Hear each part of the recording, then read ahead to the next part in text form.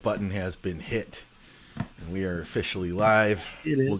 We'll give everybody just a minute here to gather up, to hang out with us. Gather around as Mr. Bionic Hips tells you a story about bodybuilding and exercise and science. Mm-hmm.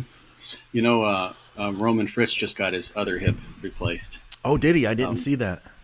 Yeah. So he's been doing posts about it. Kind of interesting. I'm interested to talk. We've been exchanging messages a little here and there on WhatsApp. Yeah. And he had his first hip. They went in posteriorly. Okay. Which is a different approach. It tends to make the recovery a little more difficult. Most people. Yeah. I don't want to say it too loud. Some people get really, really contentious. It's kind of a big deal. But I bet. Yeah. But the research is pretty clear. As long as you've got a good surgeon. And the second time they went in, they did exactly what they did to me, an anterior approach, which is kind of the preferred. There's one other version, but that's a whole other story. So I'm interested to see how different he finds the recovery. And if he finds, too, what I did, that, like both of my quads, there's something different about quad activation after this. Both of the quads were constantly getting pumped up. Let's see because he'll be the person to know who's had them both done. He's going to start training. I don't know if he's training legs yet or not. He's already training upper body, of course. But yeah, so we're the Bionic brothers. Like imagine the two of us going through the airport, and he goes through and okay, both hips, and then like, what's up with all these guys with the bionic hips? Do you find even before your hips, do you find that as a bodybuilder you would set the machine off? Always. Yeah. Especially when I was going to a show or coming back from a show. When you were like contest lean. Mm-hmm. Yeah. It's looking at it's looking at density. That's the thing. It's density of the material. I set it off with my calves almost every time. Oh, I bet. Yeah, for sure. And then I've set it off with my quads and my shoulders. And I've worn shorts, and they just kind of look at me and they see the calves, and they're like, "Oh, you're up. Go ahead." He's got a gun in there. He's hiding knives. Those are fake calves. On the way back from Australia, and we were on our way in. We were traveling within the continent. I believe we were going from Melbourne to Brisbane. I set it off with my groin. My entire groin just lit up red. And they're like, do whatever you got to do, guys. Happens one of these things, right? Yeah. Blame my parents. I get it all the time. Which one of you ladies want to check? That's awesome. Yeah. Oh God. Yeah. It's a professional liability. Yeah. We got a bunch of people with us. We do. Awesome. We've got. Cornelius is here. What's up, what's this? Cornelius says. Heading into Publix to get some supplies for breakfast while listening to the best bodybuilding podcast in the world. What a fantastic way to spend. He's probably saying a Sunday morning. Oh, look at that. Chase Irons is with us too. We've got like some legends with us today. He says, yeah, I think Roman did a light leg day already. It might be on his channel. Yeah. Huh. Of course he did. I wouldn't expect anything less from him, He's a week after. I mean, I did that 100 rep body weight squat. Like I'm following the orders, body weight squats. I'm like, okay, let's just do a 100 rep set. I didn't, exceed the load limitations they gave me. Yeah. Oh, and Burrito. I have one I'll save here to launch our topic off, and Matt Blevins is with us too, and Tanya is with us. I think that's the way you say her name. Now I know she's from Europe. Tanya with a J. That's still Tanya. Tanya. Okay. So anyway, I'll bring us in here, and then I want to go straight to this comment to see who else thinks this. So, all right, here we go, guys.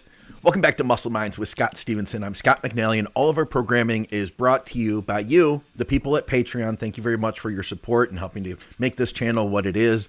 If it wasn't for you, it'd just be me and Scott hanging out on a Sunday morning having a conversation. We're also brought to you by TrueNutrition.com. Use our code THINK for additional savings on high-quality, third-party tested supplements from a company that you can trust. Hit me up if you have any questions about them. Supplement source for our .ca for our Canadians. Great deals that change week to week. And BYOBBcoach.com. That's Be Your Own Bodybuilding Coach. You can also get Scott's book if you go to Amazon, or he's got a link that you can go straight to it and save $5 on the hardcover. So 15. Oh, it's 15. That's a heck of a deal then. So yeah, that's a great deal. So I'm going to post this comment first because the question is basically, what is the one common thread in all good training plans, right, Scott? And Chris has a good guess here. He says it has to be consistency, taking bets now.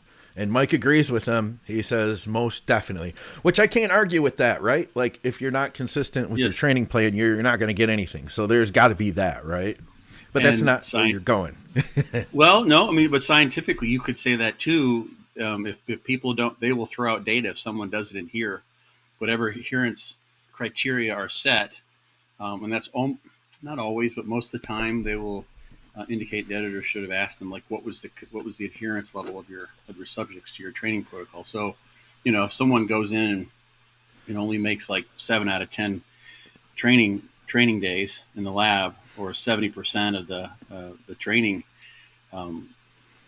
days, and you throw them out because that's going to dramatically change what happens in terms of the results. So that's always got to be in there. Yeah, that happens a lot too. You look at like just actually adherence or reasons for dropout is very, very insightful oftentimes. Okay. You look at certain programs, like you can, not going to call it any study, but you can look and see sometimes that certain training programs that are harder or maybe higher volume or what have you, sometimes would have higher dropout rates. Yeah. It's not always. Sometimes it's actually can be the other way around too. And you don't know always why, and people don't always want to tell you the truth. Everyone's human, but it could be like, oh, well, shit. Like we know that there's like, we'll talk about the NS study that we mentioned last time where they worked their way up to 52 sets in the highest volume regime. Let's say someone goes into that study and they're like, oh, okay, the purpose of the study, they have to be properly informed before they can give their consent. And it's like, well, shit, I'm in the control condition. I'm just doing 22 sets. And I really wanted to be in the special condition that they're testing to see if it's better, even though technically you might be testing a null hypothesis. Yeah, that's what you do statistically. You presume there's going to be no difference, basically.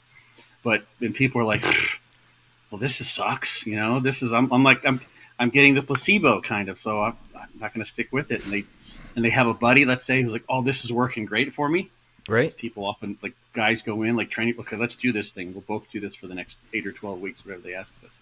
So sometimes people drop out in the placebo condition, and they don't always ask, why did you drop out? Sometimes you don't see reasons for dropouts. It's not published. Sometimes it's because they know they're in the placebo. They figure it out. Like with creatine, okay. Right?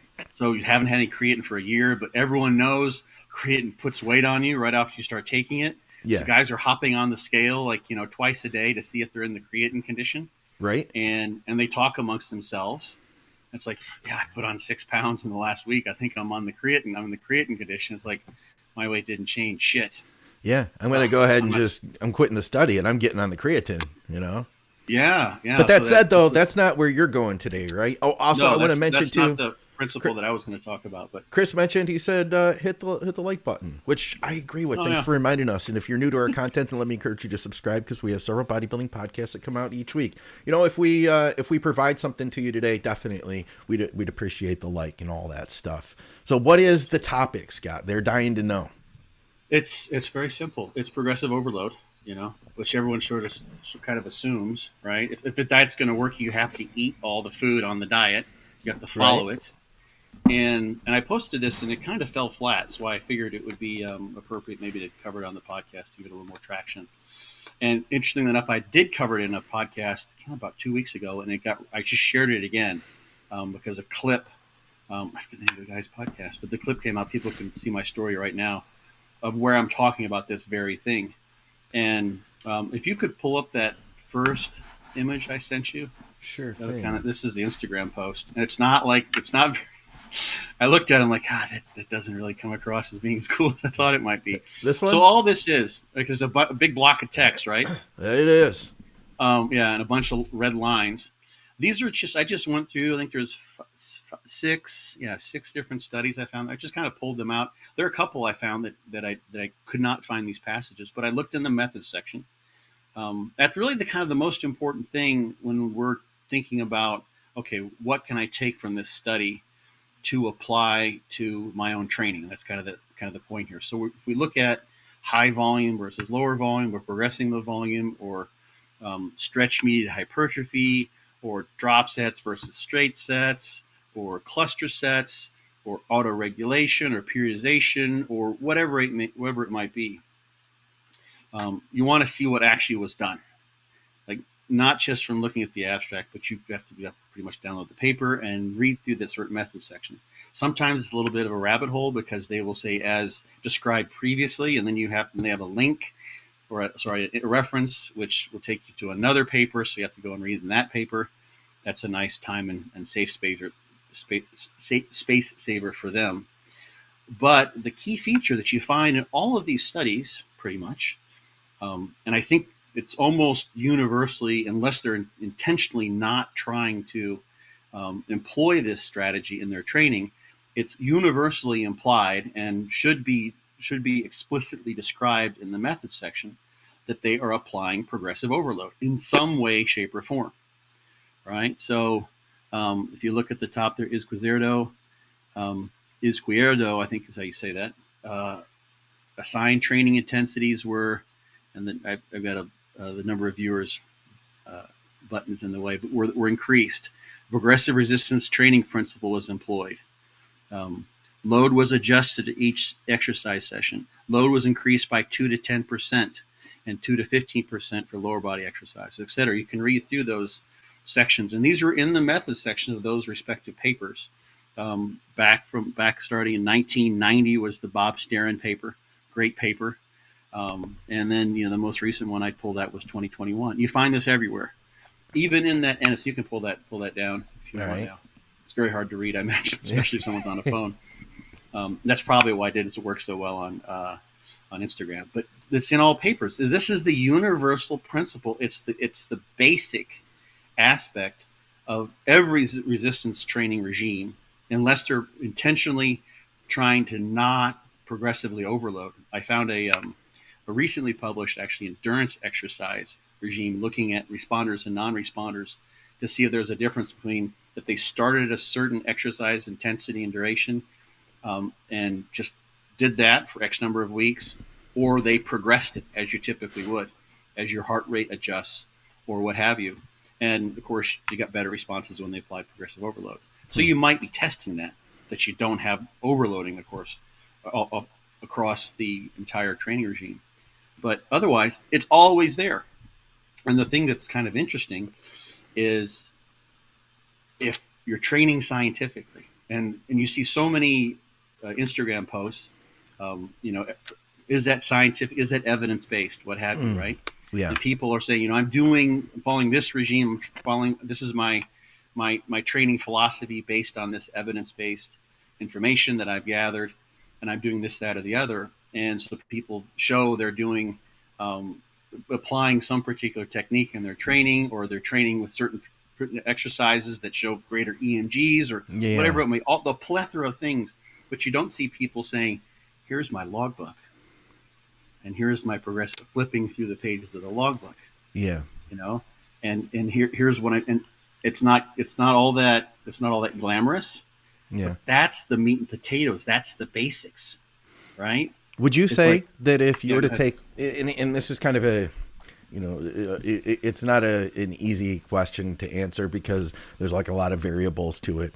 But let's say you took an exercise that was like evidence-based, that using this particular movement will give you better quad activation or more quad activation versus something that was maybe not quite as good. If you took something that was not quite as good but continued to progress with it, it sounds like you're telling me you'd probably get better results than using the optimal exercise and not working to your limits and pushing and progressing every time. It's very possible. The interesting thing, that's why this paper, maybe there's something out there. I know there is one resistance training exercise study, and I could find it where they actually found really good muscle growth, and it was with an isokinetic type of device where they just kept all the parameters the same, and they saw really good growth. But typically, we don't have science to answer that question directly because everyone employs progressive overload. It just it's so ingrained as a background assumption that this needs to be the case. Yeah. And of course, if you start off with, let's say, someone who adapts readily to resistance exercise, let's take a study, let's say where they're untrained at the beginning, and so they're going to make pretty impressive gains. They might, let's say you're with let's really take the perfect situation. And you're with older folks, who are somewhat sedentary and they're detrained and deconditioned as well. And so you can see like there's a study from like 1990 with Fattaroni, and they doubled knee extensions. There's like 200% increases in knee extension strength Really? over the course of like 8 weeks. Yeah. Okay. So I mean, but they're going from like 10 pounds knee extension 1 RM to 22 pounds or something. Right. But if you just kept that the same every week, 4 or 5 weeks in, be like, oh, this is pie. This is nothing. There's no exertion here. So of course you always increase those things. So, but back to your question, that's a really good question, because also when you're looking at EMGs, if let's say that's it, or looking at relative activation during different exercises, that is also highly variable amongst individuals. You're going to see patterns, of course. That's why you can find significant differences in particular studies when you look at the activation patterns during leg press versus a squat or what have you. But everyone is a little bit different. And the thing that, like, even if we look at that piece of information, and someone, let's say we're comparing like a squat to a leg press, and let's say that you look at let's say knee extension. So knee extensions, you tend to get better activation and growth in the rectus femoris than you do in like a leg, or let's say a squat. Very possibly for many people, they could just stick with the knee extension. They haven't been doing those. But if they don't, and they're going to get some growth, but eventually it's going to plateau out if they just stayed that way. So let's follow them over 2 years and take someone who does knee extensions, just 3 sets of 10, 100 pounds. They can do that when they start, and 2 years later, they're still doing that. They're going to probably get some growth in their rectus femoris. But if they take their squats and they go from 135 pounds to 185 pounds to 225 pounds, and they're doing 235 pounds for 3 sets of 10. Yeah. Then they're going to probably get some better growth, I would expect, on average. But everyone differs as to what that exercise selection is, and no one really do that too. You wouldn't take, if you have an exercise, and this is of course going by field. If you have an exercise where you have better activation in a given muscle group, then that's the one you'd want to progress with as best as possible. And I harken back to Dante. This is what Dante would say for people who are advanced, who have weak muscle groups that they can't seem to bring up, is get funky with it.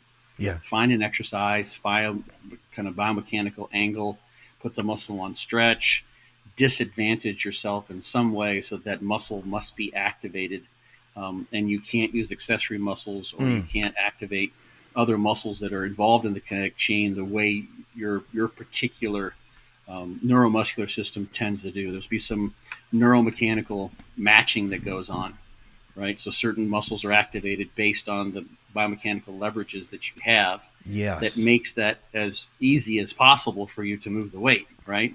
Yeah. And like powerlifters want to use as much muscle as possible and make things as easy as possible on that maximum available muscle mass. And bodybuilders want to do just the opposite, make things as difficult as possible for the targeted amount of muscle that you're trying to hit with a given exercise. Figuring that out was one of the, like, to really figure out how to put yourself in like the disadvantaged position was such an eye opener for me.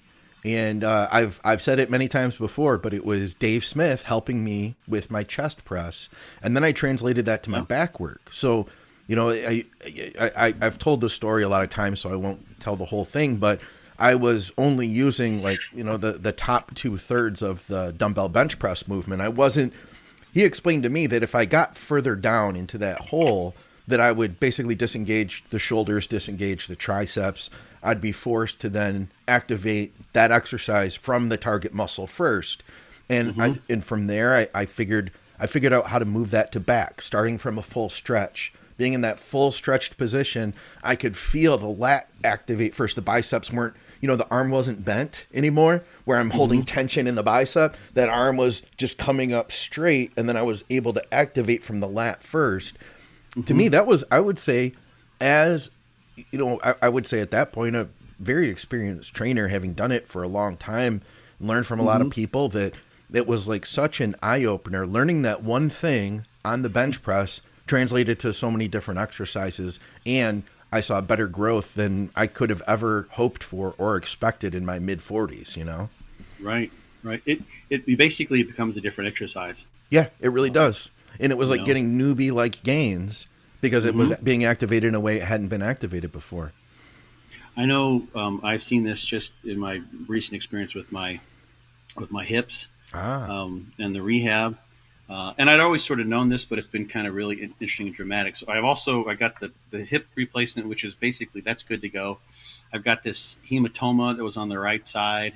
There's a massive scar adhesion area that's actually it's adhering to the sartorius muscle. It gives me pain on the sartorius muscle sometimes down my middle of my quad too. And I also have nerve damage because the doctor went in to try to drain that hematoma when there was and he hit the nerve. So I have all sorts of weird stuff going on. But what I've kind of found out is when I couldn't really go terribly deep on a squat when I was doing those body weight squats because of the hematoma. Because literally I was running into the hematoma. I could feel it. Okay. I'm like, and this was when it was a large mass. I'm like, I don't want to burst this thing. It's already getting irritated by the more exercise. As hardcore as you are in the gym, you didn't want to rupture that. Yeah. You know what I mean? Well, I mean, actually, it probably would have been good because I had no, really. I mean, like this is what the doctor even said.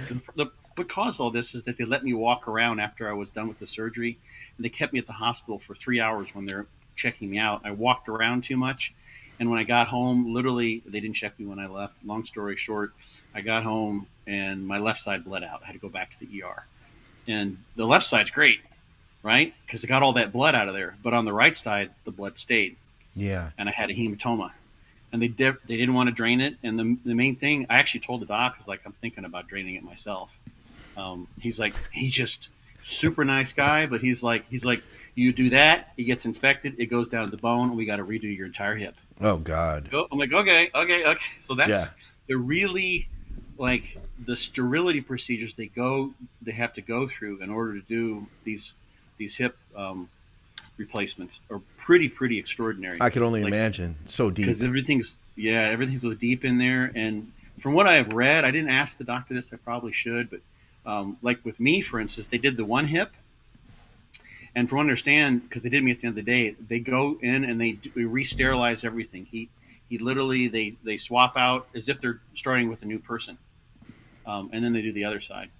So anyway, back to the topic. Oh, I want to add just real quick too, before you get into the topic I just want to say, if you guys have any questions too, we're going to take questions. And I do see somebody was asking us about strength gains. What should we expect over a year period of time? So know that I see your question and I've put a little bookmark on it, and we will get back to it. Anybody else that has questions, start commenting and I'll keep my eye on those, and we'll get back to them when Scott's done explaining this. All right. Thank you. All right. So what it's sort of forced me to do is pay particular attention to the depth at which I can do squats. Yeah. And everyone says an inch is a mile in the squat, and it's totally true. Yeah. I can go all the way down now to like rock bottom, literally where, as deep as I can go, my hamstrings are ramming into my calves. Instagram worthy. Yeah, right. And I'm not banging my sacrum on the ground or anything like that, but as deep as I'm going to go, right? And the weight I can use for squats is like half what I would do if I go down to like 90 between 90% and 90 degrees and parallel. So it does make a huge difference, and it becomes literally I make note of this in my logbook. If I go as deep as possible, and I have safeties on my my home Iron Master setup, then I consider it a totally different exercise, because the weight I can use, it's not even comparable. Really? But if I want to go to town and I have actually 11 holes showing, that's kind of deep, it works and it hits the quads pretty well and I get some good activation. That's different than if I have like 8 holes showing, and it's only about this much difference in terms of depth. Yeah. But it's completely different exercise. I mean, that's a lot. That much. It really 6 inches. That's a lot in a squat, It's huge. It's huge. So that's the thing, that does play a role in this. Obviously in these studies, they're constraining the form. They're using the same machines. They don't always say this, but to some degree, they're at least visually doing their best to ensure that people are not cutting their range of motion short in order to progress the load. Yeah. But progressive overload always is involved there.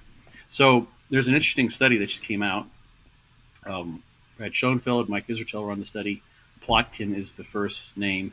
I think this is actually the third image I sent. The first one I left one little piece of information out. The third one?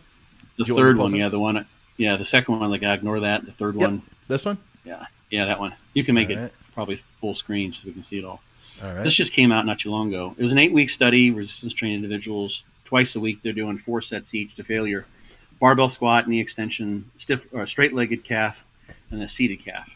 And what you see here, all those dots are the individual data points for individuals in one of two groups. So in the load group, they intended to progressively overload so that they stayed in the 8 to 12 rep range. So typical, we're going to do 8 to 12 reps, kind of traditional loading range, and move the load up. And with the reps condition, they stuck with about a 10 rep max load. They set that at the beginning of the 8 weeks, and then they just progressed the load. Then they just progressed the reps. So they just kept on doing more and more and more reps. And what you see here are changes in muscle thickness. The top row is the rectus femoris. So the upper left is RF at 30%, then at 50%, just next to that, 70%. And then they have a summary score. Okay. That's just different links or different positions along the length of the rectus femoris. And it's the percent increase in those different conditions. So if you look at the top upper left, interestingly enough, we got all the red dots. Those are the load progressions. So those are the ones who stayed heavy and kept on adding weight as they went along. And in the reps, they stayed with the same load. And eventually, of course, it became lighter as things went along because the reps are going up. Same absolute load, but relatively easier as they adapted to it. And no difference. There was no difference in growth in any condition here. There's little average lines you can probably faintly make out. But the interesting thing there is look at this variability. So in that sort of scatter plot for the load condition, all those red dots, one person at in the upper left at 30% down on the rectus femoris. A couple people were 9.5, getting up close to 10% in the load condition. And then there were some poor sods, like there always are, who didn't make any gains. Nothing happened. So you can read across that top for the rectus femoris, and you just see scatter plots basically of the individuals with an average of 4% or so, upwards of 5% on average increase in changes in muscle thickness, but it's all over the place. So some people did really well under either condition. Some people did not so well. They got nothing. What we don't know, they didn't do a crossover, or they didn't train one leg one way and one leg the other way, which would have been really cool to see, is if some people would have responded better to one type of training versus the other. We don't know that. Maybe that's a follow-up study they got coming out. That's the thing. Okay. But in either way, progressive overload is effective. But in this, for whatever reasons, for some people, it didn't work that well, regardless of how they went about it. But you can progressive overload by increasing the weight, keeping your reps the same, 8 to 12 range, or keeping the weight the same and then just increasing your reps. And eventually, at some point, if you're taking a 10 rep max on a leg press, and 3 years later that becomes a 50 rep set, right? You might want to increase the weight, right? It eventually can kind of get a little ridiculous. But both of those work. Vastus lateralis, the same thing. The bottom is the lateral medial gastroc and the soleus muscle. They did some calf training too. And you see the same thing. The soleus muscle barely grew, but for some people it grew pretty well, but it barely grew at all. The calves obviously didn't grow terribly well. This is what typically expect. So better growth in the quad muscles they examined. Yeah. And not as much growth in the calf muscles. So that makes sense. Yeah. And in this study too, like go to that next. This is just kind of interesting. Let me see here. It's a little bit smaller. They had a kind of a muscle endurance test and a 1 rep max test. Okay. I was thinking, this would have been interesting. You would have expected that the people who trained in the reps condition, where they were increasing reps, and they're moving more towards a muscle endurance type of scenario, that they might do better in terms of muscle endurance, but it wasn't the case. They did a rep max, and this is the change in the amount of reps that they could do. This is the middle graph I'm looking at now. Loads versus reps is the same. Actually, the change in 1 rep max was the same too. Didn't matter if they trained heavy or went lighter, but they weren't doing 1 rep maxes. They weren't training in the like powerlifters were. So they were so far away from a 1 rep max that really didn't seem to be much of a specificity of training effect visible here. Yeah. And then they had a counter movement jump, and that didn't change at all. Sometimes they make these measurements, I guess, just because they can. Some people lost counter movement jump height. Interesting enough, some people went up, but on average, there's nothing. So always interesting little tidbits they do. So the bottom line here is that you can progress both with reps, you can progress both with load.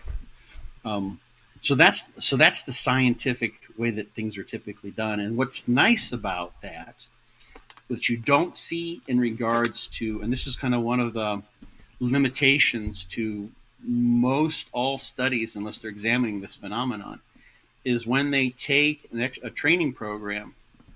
Let's take this NS study where they increased 6 sets every 2 weeks throughout the study, so they got to like 52 sets at the end. They did that irregardless of what kind of progress you're making, right? It just that was the condition you're in, and whether you felt like you could handle that increase in volume, they just kept on doing that, right? So what that means is that, like, if you want to take that on board and you just follow that blindedly, it's just out there. It's a black and white. It may work for you, or may not. You may find 6 weeks into that's not working. Yeah. It would be like saying, here's your diet, and I'm going to give you a diet for the next 12 weeks. Right? And it's a gaining diet, and you're going to just add, 500 calories per day every 2 weeks or whatever. Okay. Or 250 calories. And you're going to do that regardless of what happens to your body composition. Yeah. Right? You may be able to handle more because of whatever else you've got going on, or maybe that's too much. Maybe that's way above what you're getting. So if that's a huge limitation in the way these training programs are, it has to be done scientifically to some degree, because we're testing a specific phenomenon. The nice thing about progressive overload, the way it's typically employed, let's say in that load condition, last in the Plotkin study, is that the movement up in weight is based on their training performance. So they don't increase the weight until they know that your reps are getting above the rep range. Okay, yeah. So it's auto-regulated based on the individual. Yeah. A lot of these, here's an example, like a real world example. So one thing that, like when I was doing DC training, that I don't know if what Dante, we talked about this, he said it's fine. I don't know if he actually ever specifically said to do this, but one thing I would do with people who were doing DC training as they got closer to shows and their recovery abilities went down, is I would take those triple rest pause sets of DC training and drop off one of the failure points. Oh, okay. So instead of doing failure point, and then pulses or partials or what have you, I would just do 2, right? And some people might even go to 1. As long as you can maintain your performance, you're still lifting the same loads, you can maintain with much less volume, and that matched the recovery. So let's say you got a condition where you're comparing drop sets versus straight sets, right?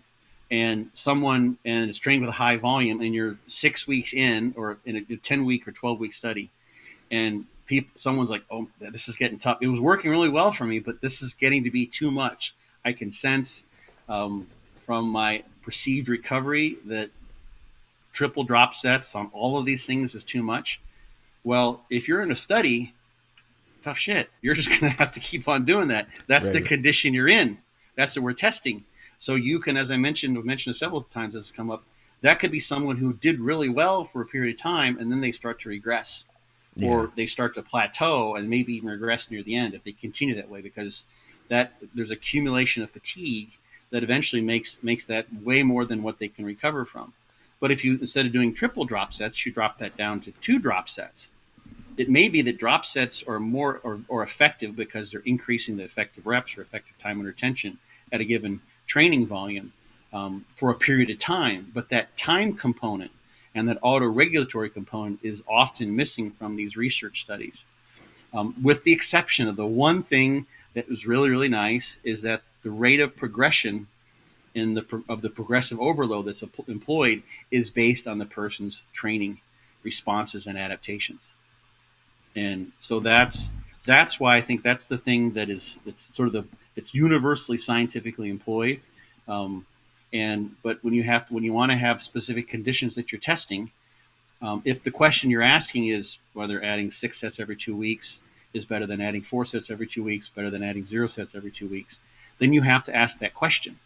That's different than asking a question whether using these markers of recovery, whether we employed a progressive volume regime that is dictated upon the individual responses of the subject per se. So another question to ask would be, let's say we incorporate perceived recovery in some way, shape, or form. Let's say you want to do heart rate variability measures, perceived recovery, cortisol levels. Overtraining is a difficult thing with resistance exercise. We don't have much data there. But in some way, perhaps even look at the rate at which someone's progressing, and say, if, for instance, just you got to start somewhere. If we don't see a progression in loads for more than 3 weeks or more, or after 3 weeks, then we stop increasing volume, right? Yeah. And there are people, as we showed in that study, that actually lost size. And I wish this would be my dream come true if people start correlating the training data with the gains that are made. Because that's that would what be progressive great. overload. That's the underlying idea, is that the more you can gain in training, the better your gains are going to be in terms of muscle mass. There's some association there between form and function. Yeah. Right. So what if we employ a more practically based model where the extent to which volume is increased, if we're going to examine the increasing volume type of strategy of progressive overload, that the extent to which that progressive overload is applied is a function of the extent to which the person seems to be adapting to the training program, which you'll see in the training loads, or the progression in their ability to handle higher weights, higher loads as things go on. So you get to 6 weeks and someone's not adding any training load, and you keep on adding volume and their training loads stay the same or even regress. Well, hello. No, that's not a good idea, right?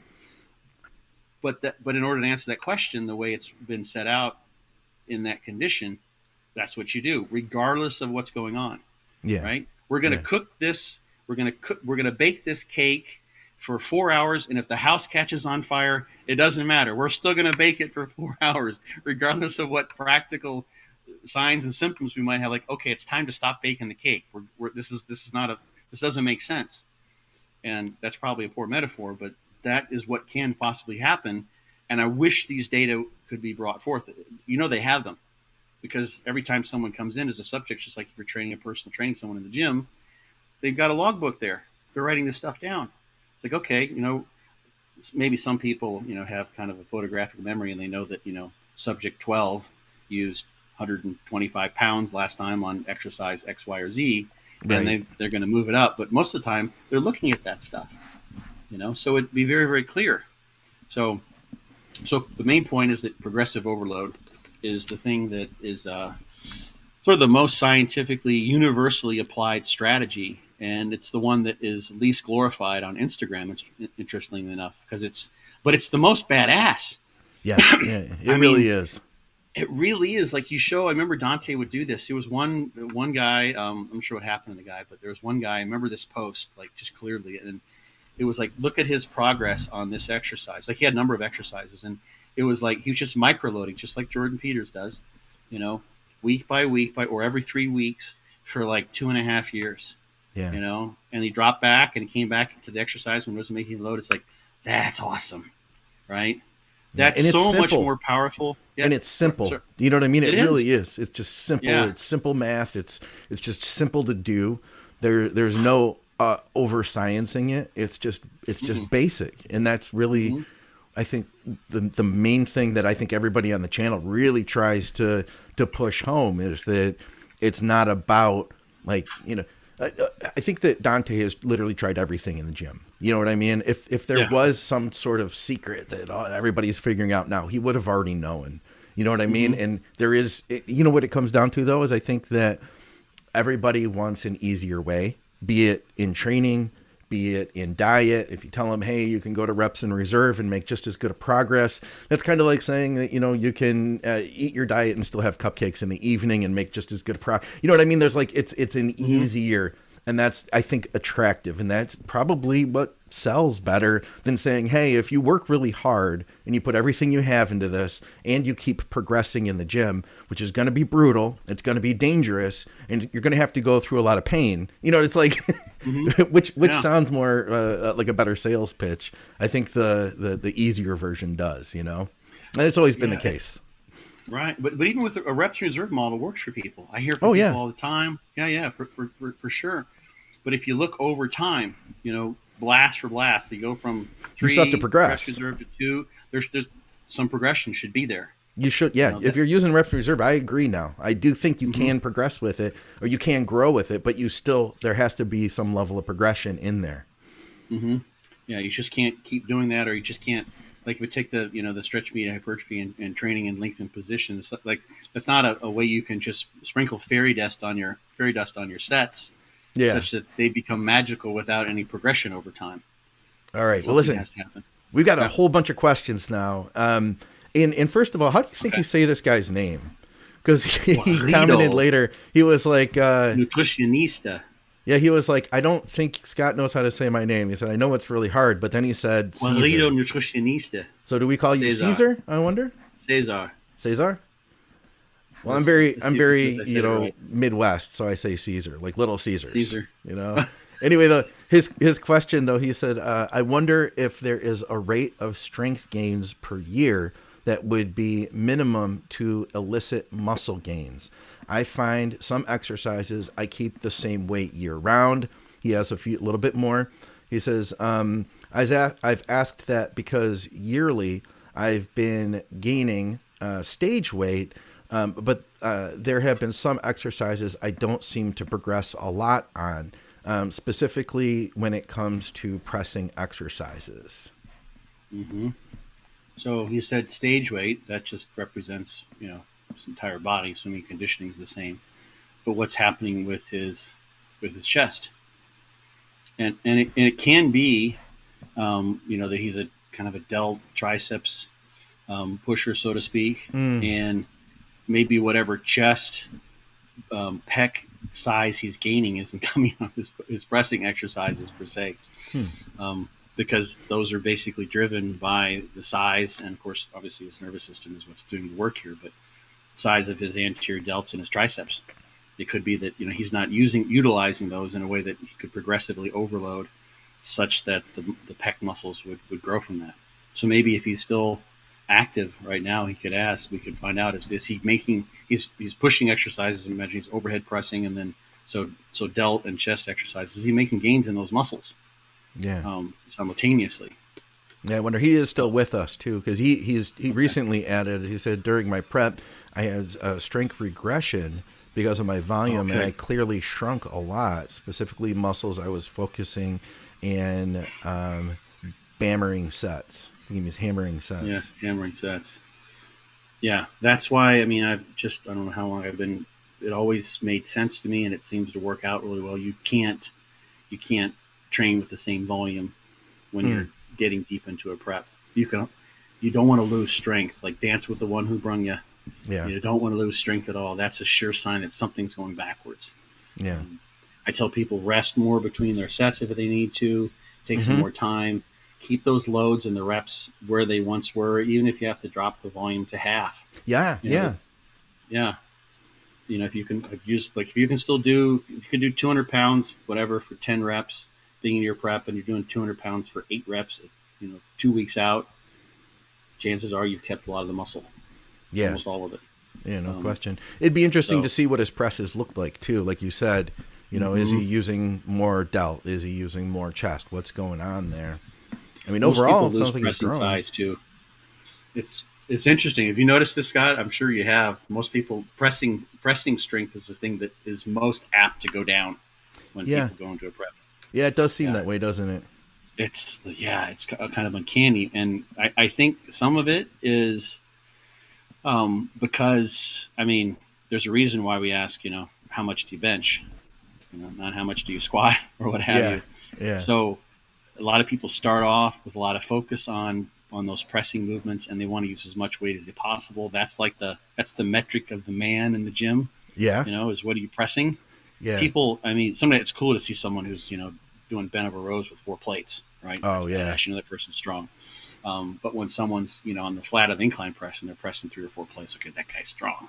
Yeah. Everyone know, even on the machines, people make notice of that. So what I think, this is just a generalized thing, it's not true for everybody, is that there's more ego involved in pressing movements amongst guys. So it becomes less of a pec movement and more of I'm going to engage as much muscle mass as I possibly can to move the most weight for the number of reps. Yeah. Right. That's interesting. There are some exercises that are more ego focused, and then there are some exercises that people don't really focus on ego wise. Like you're allowed to lift a comfortable weight that you can work with on some things, like maybe a lat pull down, whereas a deadlift, you damn well better be bending that bar. You know what I mean? Yeah. Yeah. I mean, you do like stretchers, like a shoulder extension. You know what stretchers are? Like usually like a rope, usually on a cable, and pull deep into your hips with the bar. Yeah. You can't use much weight at all on those. It's a lat quote unquote finisher exercise. I actually John Meadows I think he kind of came up with that name. I actually like that exercise now, but I do it at the end after I got some pre-fatigue in my lats, and you can't use shit. Right? Yeah, I like the sound of that. Oh, they're great. Yeah, they work really well. A lot of people. I saw Jordan Peters' gym just the other day. Yeah. But Jordan's using a stack on everything. Of course, yeah. Of course. And adding plates, and this is on probably a gym pin in there. On everything, right? Pretty much. Yeah. And he's using, I don't know, probably 7 plates on a 20 or 25 plate stack on that exercise. And because it's meant to be. It is an isolation exercise. You can't really get if you basically can't get a lot of accessory muscles involved the way the exercise is performed. So and no one's go and say, hey, like what do you use for stretchers? It's like, what, right? Yeah. So that, I think it plays a big role, especially like he said. I think he said he was too stubborn and wanted to hammer volume. Yeah, he just posted that. Yeah. I know that, you like, and like chest is super important. It feels good to get a nice pump.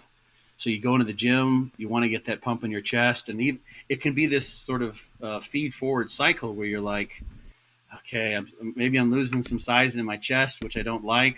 So if I go get a really good pump, it's not as obvious. At least like the one day of the week or multiple days, whenever I train chest, I see my chest is pumped up, right? And I don't see that size loss. And what you're doing, of course, is accelerated the size loss because you're doing too many sets trying to get a pump. We don't even have the glycogen to do so. How about this one? It's an interesting topic here. He said, Jonathan says, question for you guys. With my 2 jobs and 3 kids, proper sleep just isn't possible. Strategies to mitigate the effects of sleep loss on training. I was going to say something that would probably get the video banned, so I'm not going to say it. You're going to recommend something that Walter White would have made? Maybe? Maybe, yeah. Naps. Like just a short, quick nap, if at all, like even a 20-minute nap. I thought you meant nap 50s. That's something else. No. There you go. Wrong show. Yeah. That would have been a Dave Crossland's answer maybe on the show. Yeah. No, like just a quick little nap, if at all possible. Like even like I've done this before when I've had jobs where I had like an hour lunch break. I go out to my car and I just eat my food as fast as possible. And then I just, if I had 45 minutes, really, I'd take like a 30-minute nap. Yeah, me too. 25, set my timer.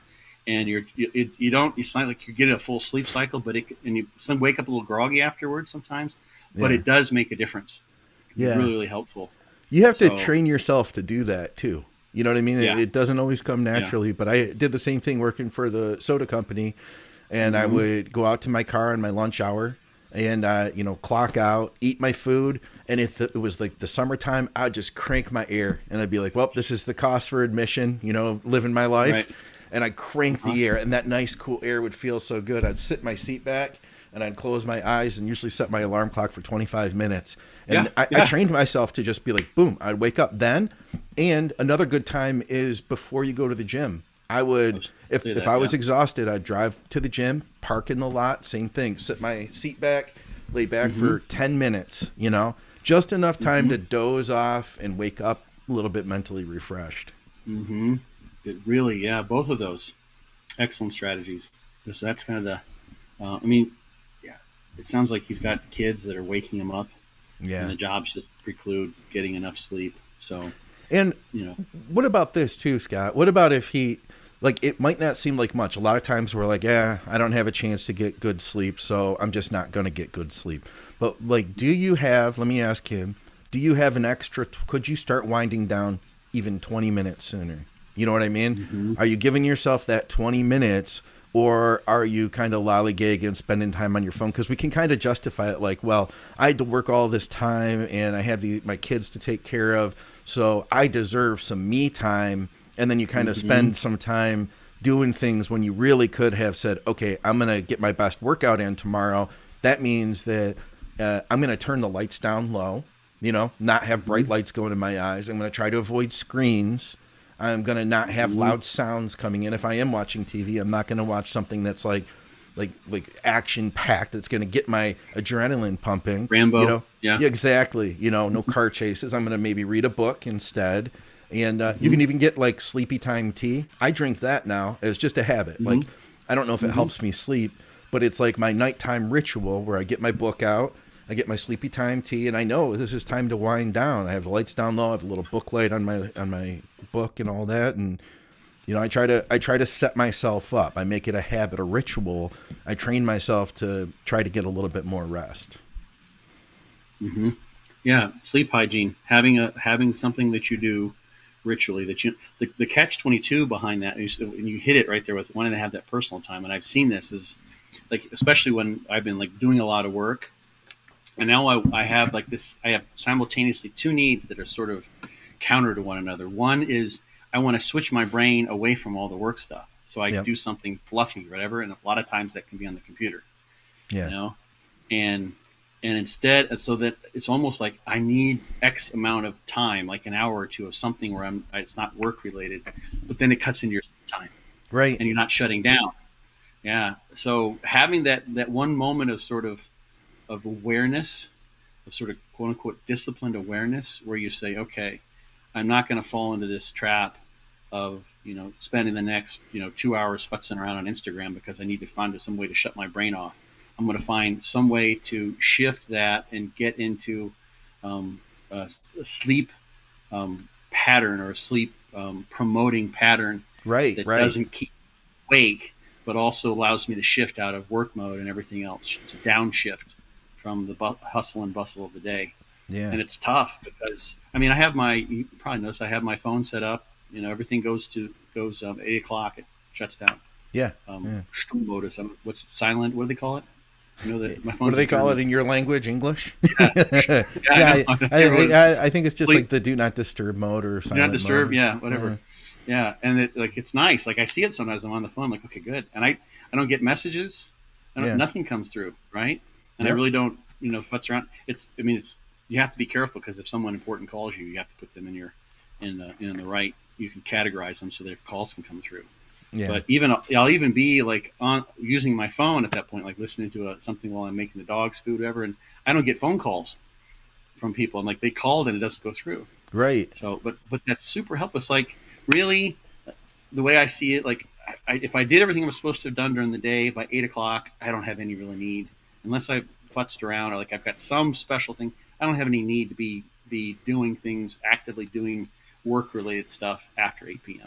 in most cases. And even if the kids are still up, let's say he only has a half hour, you can help the kids with their sleep cycle by making sure that the lights are turned down low, that there aren't any loud sounds happening. Help them to calm down too, and help yourself in the process, Yeah. My uncle called it the off switch.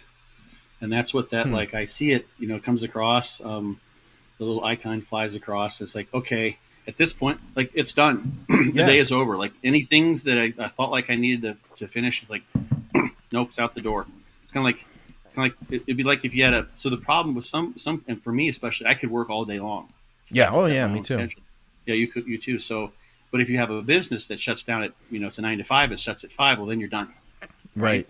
And there's nothing you can do. Like you can't be selling more of whatever you sell in your business after 5 because the doors are shut. There's no customers coming in. Right. But you and I, and maybe what he does is something he could conceivably be doing throughout the night. So you have to sort of create an artificial delineation between work time and you time. And it needs to be more than artificial. It needs to be actual. Yeah. That's why I do it with my phone. And it's like, it's a no-go. You're not going to think about that stuff. It's done. Right. And whatever it might be, something to allow you to switch. So, all right. Another question here I see. Casey has one. He says, is it common to see leg extensions as a warm-up workout? If you want to use this example or this exercise for max effort for quad development, would you recommend placing them later or doing them twice, etc.? Where do you put leg extensions in a workout for quad development, I guess is the question. Depends on the person and what tends to develop their quads the best. So you can use it as a warm-up. That's totally fine. A lot of people do that, and then you can use them as a for working sets later on. Yep. Like I said, it tends to do better for the rectus femoris than other exercises do. There's some data suggesting that. One of the things you can even help with that is dorsiflex your feet and almost think about lifting your legs up off of the seat. I like that. Extension. Yeah. And you can feel it light them up. Another way it's hard to do this, but another way, if you want to do stretch median hypertrophy, is if you can find like some of the old school, there's one where like Tom Platz was doing knee extensions on it. And he's leaning way back. You can actually do knee extensions in the recline position all the way back. No kidding. On old school machines, on those combo machines that are knee extension hamstring curls. Yeah. So you're laying flat, face down for the hamstring curls, and then you sit up, face the other direction for the knee extension. But you can lay all the way back, and then you got your rectus femoris stretched at the knee when you're at full knee flexion, and at the hip because you've got hip extension. You're laying all the way back, and those are brutal on your rectus femoris. Yeah, they sound like they would be. And I've got so I have a seated extension. I wonder. I can push that. Yeah, I could push that seat way far back. I couldn't completely recline, but I'm sure I could get way back in the seat if I allowed myself to it. You depends on like how the frame is of the thing, but one thing, if you take the seat out of there, just take it out, and then you have to go to one side or the other, but just do one leg at a time. Okay. You'll be off kilter if you tried to go to the. Because you have to avoid the post where the seat goes. Right. Like riding a bike without a seat. Yeah, yeah, not good. But you could lean way back, and you can do one leg at a time that way, and get and you'll notice that, and that becomes like kind of a different exercise. Yeah. Feel, but so like without going into all like the pre-fatigue literature, look at EMG and that kind of stuff. We talked about that before. It's been a long time though. What would be the Cliff's notes on that? Because I was going to ask you. All right. So what they see a lot of times is that you don't see greater active. The idea is that if you pre-fatigue with a leg extension and then go to like a quad, or pre-fatigue the pecs and then go to a bench press or what have you, that the idea is that if that would then create greater activation in the pre-fatigue muscle. The problem is in a fatigued muscle, we have this phenomenon of muscle wisdom, where feedback, especially in the spinal cord, actually adjusts the activation pattern in the muscle that's fatigued, because it doesn't need the same high firing rate. So that change in activation pattern, which matches the fatigue. Mm-hmm. I'm sorry. Can you say that one more time? I want to make sure I understood it. I was so hung up on the term. I was like, muscle wisdom. That is such a cool freaking term. It's a great term, right? Yeah.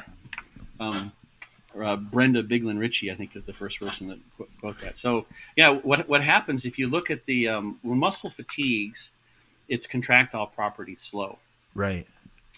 So if you can see this in particular with electrical stimulation, where you can evoke like twitches in muscle. Yeah. So let's say you fatigue a muscle. If you have electricity on a muscle, you have like an electrode there, and it's totally fresh, and you just send a singular pulse down, the muscle will go whoop, especially if it's a very fast twitch muscle, it will contract and relax really quickly. The slower twitch will be a little bit slower. And then if you were fatigued that muscle, do a high rep set or do a bunch of E-stim on it, and then send another pulse to it. The muscle will contract more slowly and it will relax more slowly and also produce less force. So that twitch force and the rate of twitch development, force development, and the rate of relaxation will be slower. So when muscle's being activated by the nervous system, you've got impulses that are coming down through the motor neurons to the fibers in that motor unit. And the firing rate, the frequency of those impulses match the contractile properties of the fibers connected to that nerve. So if you have fast twitch fibers or fibers that would tend to have more type 2 myosin, those are going to be faster. They require higher firing frequencies to cause what's called a fused tetanus. So see if we can see. So if you have a muscle that when you twitch it, it goes up and down really fast, right? So let's say twitch, twitch, twitch. It's really fast, and let's say it's a 2 hertz, so twice a second. Twitch, twitch, twitch. So the force just goes back and forth. Let's imagine a really slow muscle, and the force goes with one twitch, goes up and down. Okay. Very slowly like that. And now we send 2 pulses in. Twitch, twitch, twitch, twitch, twitch. It would never have time to relax. Yeah. So a slower muscle requires a lower frequency of firing. Okay. So if you have type 1 fibers and type 2 fibers, the neurons that go to the type 1 fibers are going to be activating those type 1 fibers at 25 hertz, let's say. But those type 2 fibers might need to be activated at 30 hertz. Yeah. Right? So the nervous system is coordinating all this shit, right? It's going on a lot of in the spinal cord. Obviously, how you activate the muscles happens in the brain. Very, very complicated things going on just to do all this, coordinating everything. We've got this neuromechanical matching going on. We've got your voluntary ability. We've got pain that's feeding back. We've got type 3 and type 4 afferents that are picking up on metabolic stress. Those are feeding back to the spinal cord. So what happens, and that's what this muscle wisdom phenomenon is that as muscle fatigues and it goes from being fast or faster to being slow or slower, it no longer needs as high of a firing rate to get that nice smooth tetanus. Because instead of going up and down, like, oh God, we need 40 hertz because the thing's so fast, we can now go at 25 hertz because it's slower. Okay. So the force won't come down so quickly. So we don't need to expend extra energy by sending depolarization waves, sending signals down those nerves at 40 hertz when 25 hertz will do the job. Okay. Because every time we send a signal down there, there's ions that are moved around, and it's energetically expensive. It's not a freebie. Okay. So when muscle gets fatigued, the firing rate adjusts itself. Oh, okay. Right? So if you pre-fatigue and then you get onto, say you do a dumbbell or you do a fly and then you get onto the bench press, what's happening then? You're going to see, compared to in the fresh condition, you're going to see, because the muscle's fatigued, even if you're just doing a 1 rep max, you would expect to see a lower firing rate and thus a lower EMG, because we have this muscle wisdom phenomenon. It's not really in the muscle, it's in the spinal cord more than likely.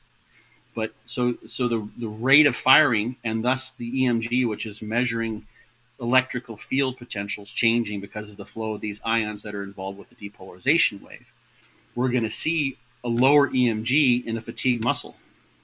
No matter what, that's just what happens. EMG declines as muscle, even if effort is maximal, right? And then we can talk about how much muscle you can activate, motor unit activation percentage. That's a whole other topic we'll leave to the side. But even if you're activating just as much muscle, if it's fatigued and you're activating as hard as you can, the muscle wisdom principle and the muscle wisdom phenomenon means that the firing rate's less, so the EMG is less.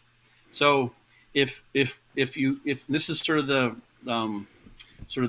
logical fallacy, the sort of the fault in thinking that happens, or has been sort of part of what I've seen in many of these pre-fatigue studies, is they're thinking, okay, if we pre-fatigue the chest before you do presses, or we pre-fatigue the quad, like doing knee extensions, back to the original question here, before you do leg presses, let's say. Yeah. Then that pre-fatiguing should mean greater activation in the quads during the leg presses.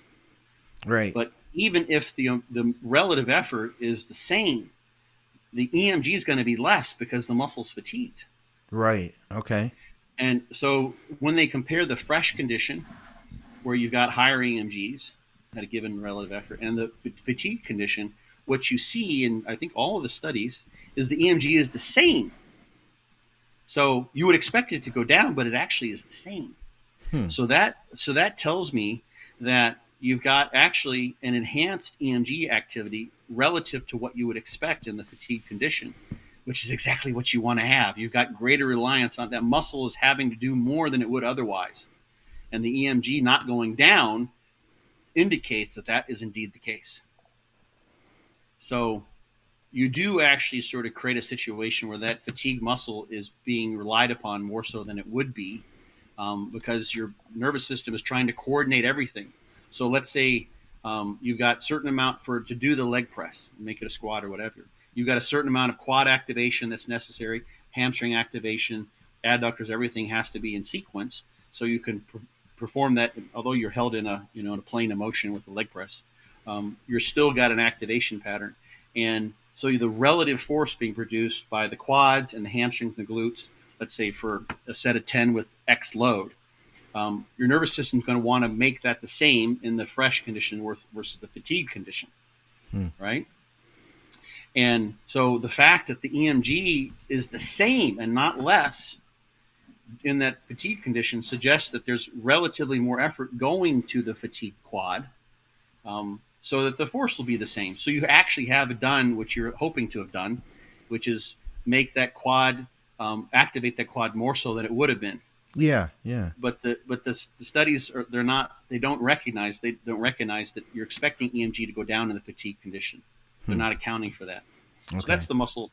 So you can indeed, at least from the way I interpret those studies, I've not even seen this mentioned in discussion anywhere.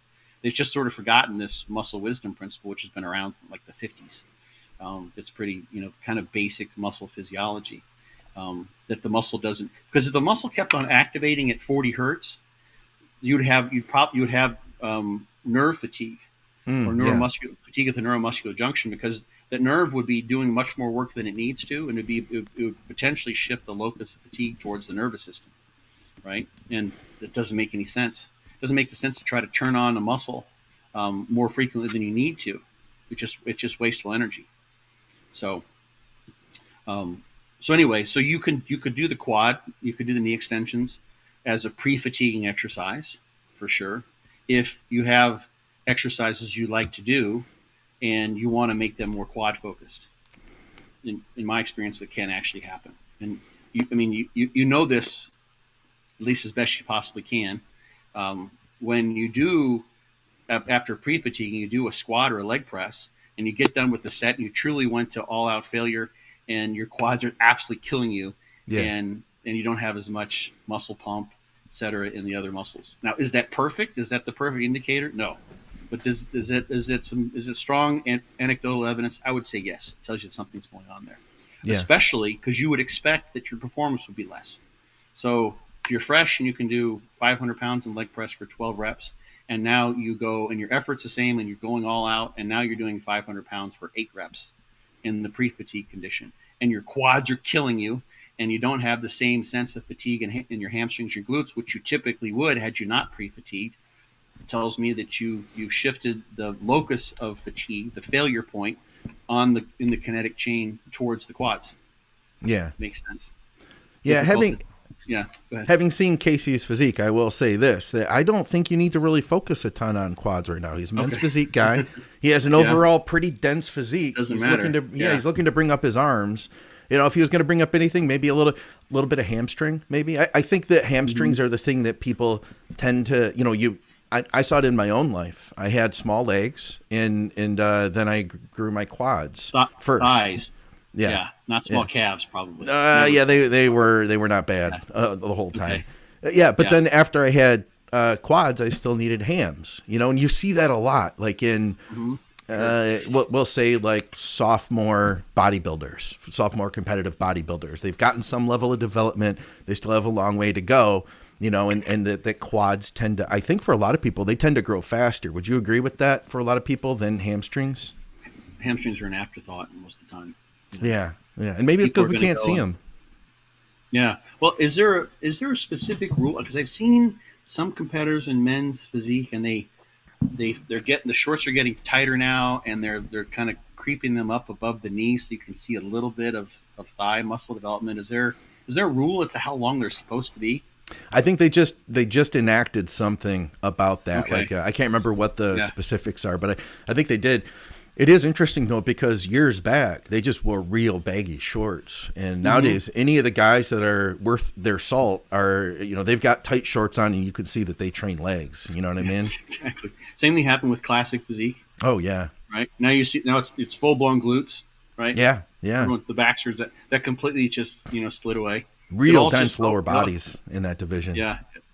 Yeah, but the glute. You remember the course? It wasn't that long ago. But the suits, were special. They were like bike shorts. They came halfway down your leg. Remember that, the first pairs? Oh, for classic physique. Yeah. Okay, yeah, I remember them first being kind of squared off. Yeah, when that first came out, they were long, like somewhat longer. In the first short period. Yeah, for the short period in the first season, and then after that, they've just gotten to the point where now they're cut to show the cheeks. You know what I mean? Yeah, basically. Yeah. The only difference is they have like a thicker waistband on the sides. They don't come up to like a string. I don't know. Like look at Urs Kalitsensky, like his. Oh full glutes. It was so crazy because obviously conditioning was on a premium there versus size. Yeah. And they're hiding the glutes. Yeah, no kidding. No kidding. But it's the same. This is kind of my soapbox thing, but it's interesting. I think I suspect part of what's behind that to some degree is they're lowering the barrier to entry, so to speak. So, with men's physique, you don't have to train legs. It's just kind of an upper body contest, and that's okay. So the shorts were longer, and the calves are sort of ignored for the most part. And then with classic physique, it was about shape, right? And it wasn't about conditioning. So if your glutes are striated or not, it doesn't matter. So you could win on shape, beautiful structure, wide clavicles, etc. And then things became okay. Now we have a shift slowly. Men's physique, the quads do matter. You start wearing like really tight shorts so you can see if they have a quad sweep. Yeah. And now in classic physique, they want to see if you have striated glutes, because that's actually. So those things that were initially there, they kind of got you in the door. It's like, gosh, I hope we don't get piss anybody off, but sort of like a used car salesman. They tell you what you kind of want to hear, and then they say, oh yeah, we got this extra fee, and things change. I don't think the athlete's balking at it. No, not at all. Especially the guys with good glutes. absolutely. And they got plenty of competitors too. But I think that was sort of the psychology of the new divisions when they first came in.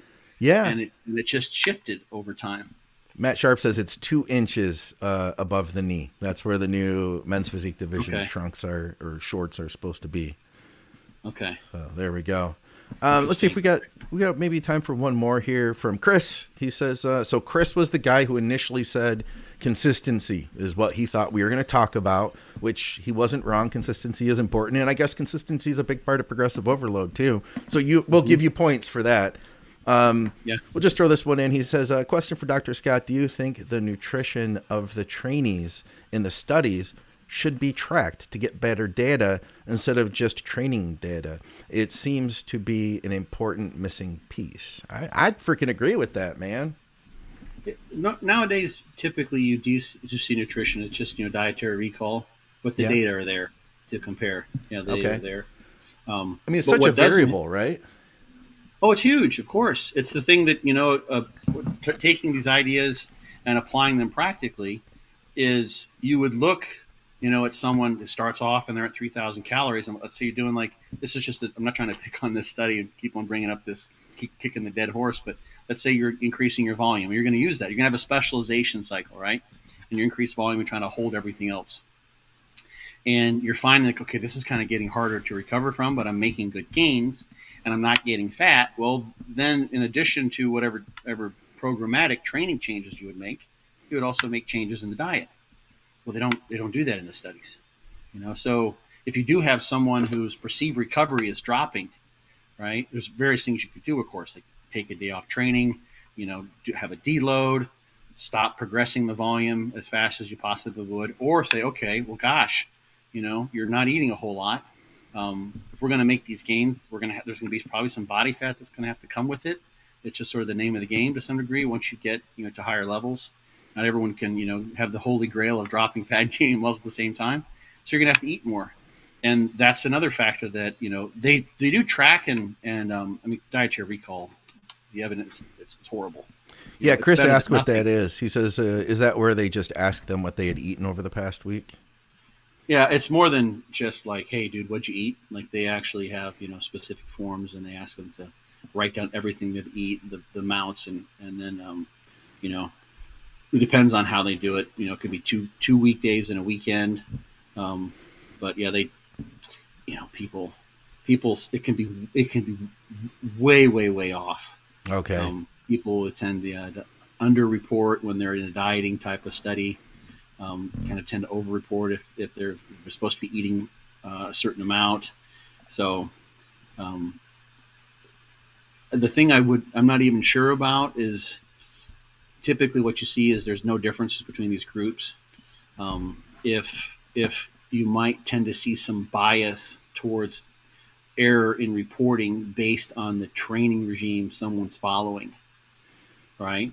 But here's something to consider too. Like let's say you have one group that's doing 22 sets per week, and the other group is works their way up to 52 sets per week, and there's no change, and everything else stays the same. This is what we don't in that particular study.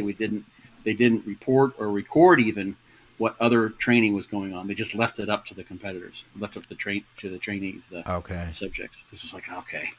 So the guys who were in the higher volume group, I've been saying, okay, I'm not doing shit. All I need to do is focus on recovering because these leg days suck, right? Yeah. This is all I got to do. And I don't believe there were dietary differences in that study. Pretty sure they recorded. You see it typically, and typically it's like, okay, no difference, not even worth mentioning. But that's something that can make a difference. If everything else is the same, and one group is their training volume is twice as high, and their nutrition intake is the same, well, then the nutrition is not keeping pace with the training, and there should be some matching going on there. So that's once again that's a different question. And the thing that we need to as sort of as practitioners, as coaches, as okay, how much can we apply this? Is like, to what extent is that a limitation? Right. If someone, in that study, I'm not suggesting they didn't increase the volume at all in all the training those people were doing. In fact, we don't know what they were doing, as I said, when they're training the other muscle groups. They just left it up to them to do whatever they wanted to do. But let's say they hold everything the same at some minimal volume that allows them to hold on to the muscle mass they had, so they didn't detrain there. It's going to vary. Some people, if you're at 5,000 calories a day, and you go from 22 sets a week to 52 sets a week, that might be enough to handle that. If you're at 3,000 calories a day, and that's you're keeping pace with that training volume, and then over time you add more and more and more, and there's no adjustment in the diet, that's going to severely limit your ability to adapt to the training regime. Absolutely. So if that's not happening concomitantly, it's like, what this doesn't tell us a whole heck of a lot. Right. Of course, and there were no statistical differences amongst the different groups, the different training volume regimes. They were all the same statistically speaking. We looked at the values; it was very different. So that's what would be really interesting. That's another thing. We look at those individuals some of whom regressed and some of whom made progress. At least, what are the correlations? It doesn't tell us necessarily causation, but is there an association between the extent to which they progressed, their loads, their reps, etc.? Because they were also progressing in that study, using progressive overload, and they were also progressing the volume. So they were trying to increase the loads as they progressed over time, and increasing the volume in those two groups that did so. Yeah. But it would also be interesting to see. You'd have to do it's a lot more data to gather, but is there also so we might expect some association between the extent to which strength increase. Doesn't always happen in some of these studies. It's always kind of think about why that might be the case. But what's the association? How much explanatory power do we have when we look at the nutrition piece? is it possible that whatever variation that we can explain 50% of the variance in training gains in all those regimes from variation in dietary intake, especially if they're not controlling the diet, they just let people eat more. I mean, there's a problem, when you train, the harder you train, the more of a anorexic effect, not anorexia nervosa, but a negative impact on your appetite. Hunger goes down. You go and train legs really hard, especially in the heat. Like, you don't feel like going and have a giant meal unless you're 4 weeks out from a show. Right. People don't want to eat a lot, so it can be a difficult thing to match the energy expenditure, especially the harder you're training. So it'd be interesting, and that varies somewhat. So what kind of explanatory power is it? Is the issue that, for instance, like let's say, just I'm making this up, this wasn't something found in the study, but let's say that because there was no difference between the low and the middle and the high volume training, statistically speaking, it's like interesting. But when we look at all the subjects, or when we look at in each of those groups, or each of the conditions, that the extent to which they adapted was a function of the extent to which their nutrition increased, or maybe that only mattered in the higher training volume group, right? Yeah. So we see like, you can actually adapt well, and if those individuals who didn't grow very well from the training volume, it's because they ate less. They went from 3,000 calories to 2,500 calories, let's say on average, in the non-responders or the poor responders. But the extreme responders, those were the ones who tended to eat in accordance to the energetic demands of the training. They ate in a way that accelerated or supported the recovery needed to adapt to that higher training volume. And those are data that could be had, but they're typically kind of not done because that's not the specific question being asked. It's just sort of assumed that the nutrition's kind of floating around in the background there. Yeah. But there's potential explanatory power that could be had, and I don't see that typically analyzed. Maybe I'm sure there's some studies I missed. Absolutely, there must be some that have looked at that. But so that's an important thing too, is that the nutrition isn't necessarily matching the training, and any personal trainer knows that that needs to happen. And like when you diet down, you're eating less, training volume would tend to be less because you can't recover as much. Right. If you're trying to gain weight and you're adding more volume, trying to gain more muscle, then you should have some nutritional support for that to match. Yeah. But that doesn't happen in the studies. They don't match those things generally.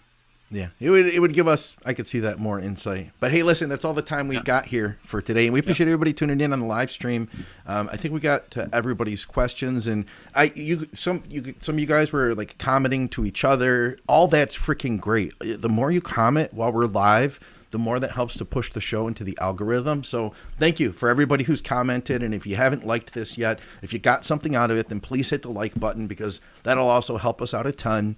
Of course, check out our sponsors, byobbcoach.com. That's Scott's book. You can also go to Amazon, get the hardcover, and Scott's got a link to get the hardcover. Send that to me. I'll put it in the description for $15 off of the hardcover. Might not be in time for Christmas.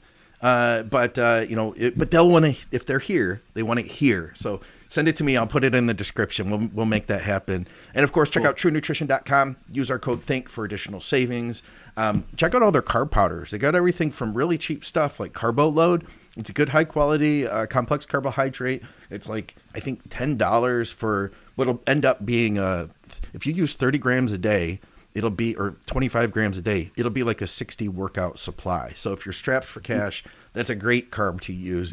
If you want to go to the Cadillac, you can get highly branched cyclic dextrin. Personally, I use their MPA muscle intrusion, which also has EAAs. It's a complete all-in-one intra-workout. Great product, great flavor. Love the lemon ice. Use our code THINK for additional savings. Supplementsource.ca for Canadians. Great deals that change week to week, including you get ephedrine because it's legal in Canada. And, of course, thank you to everybody from Patreon. You guys are freaking awesome. Scott, it's always a pleasure to hang out with you and talk science on a Sunday morning. Absolutely, my man. My pleasure. All right. See you guys. Adios.